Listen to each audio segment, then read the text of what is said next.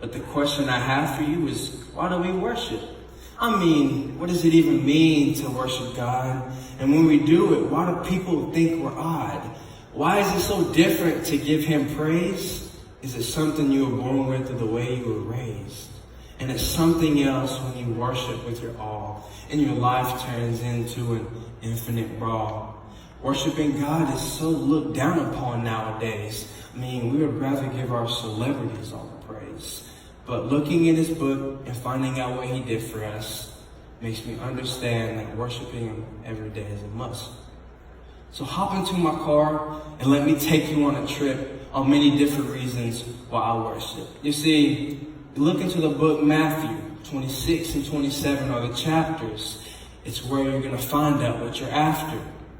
First, let's look at the Last Supper and what it had. It shows he wants to be your heavenly dad. Jesus starts out with, one of you will betray me. You'll go to the priest and ask, how much will you pay me? You will give up Jesus for 30 pieces of silver just so you can take that money and run from the altar. So sad that the closest people to you will let you go, only if they knew the love Jesus was about to show. I mean, it sounds like us when we live for our own. But he's the one who created you bone to bone. He pieced you up, made you his prized possession. So why in the world is his love even a question? But hey, I am nothing but a hypocrite. I hate sin, but I built a house and I still live in it. Now back to the Last Supper and what Jesus said. Was getting himself ready to be eventually dead. But don't worry, my God is truly alive, because God is the only one who can truly survive. The last thing they did at that place, I can't imagine the look on the disciples' face. They took the bread, said it represented his body, thinking about the pain they never could copy. The amount of hurt that Jesus would get, that's the true meaning of suffering, and that's legit. Next, he took the cup, said it would represent the blood he would shed. Now think about that for a second in your head, because Jesus knew what was about to happen and how the Roman soldiers would be cheering and clapping. See, that concludes the Last Supper that they had. But the next part I tell you is truly sad. Jesus told Peter, you will deny me. You will look at our relationship, you will throw it right past me. Peter said, nah, I'll never do that. But when it came to what happened, he definitely did that.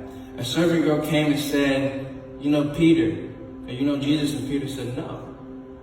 Another came and asked him. Peter said, you already know. When it comes to Jesus and our relationship, there is none, no. Can't you tell by the way it shows? I mean, there it is. Right there. Peter denied. The man he said he loved the most, he would sit there and hide. After that, Peter started to reflect. Jesus was right about how Peter would neglect. He told him that you will deny me before the rooster would crow. So Peter started to weep and he hit the road. Now let's jump into what happened. It truly breaks my heart. When I look into the scripture, it tears me apart. The crucifixion and what really happened. So take a seat and make sure your seatbelt is fastened. He got nailed on the cross. Just think about that. He got beat, stabbed. He was heavily attacked. Nails in his wrists was at the start. The flesh in his body was all ripped apart. He got stabbed in the side with a spear, just so you and I could be chilling here. Nails in his ankles was all next. At this moment, his body was all heavenly wrecked. He fought long and hard as his body could. I mean, he fought longer than many people would. But at the final moment, he said it is done. And man, this all wasn't too fun. I mean, there was a purpose why he would give his all. He looked at death and he tore down that wall. I mean, he went through all this pain for you. So the next part, please think this through. All the pain that God went through was worth it. And all God wants you to do is worship. God doesn't care about what you've done. God looks at you like you're the the one that he died for and did it all.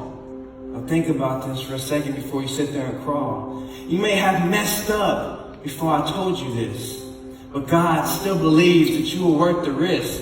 God believes that you were worth it all, even if you continually fall. God just wants you to walk in pride, all with him by your side. So before you let the world tell you who you are, think about this for a second and how Jesus went this far.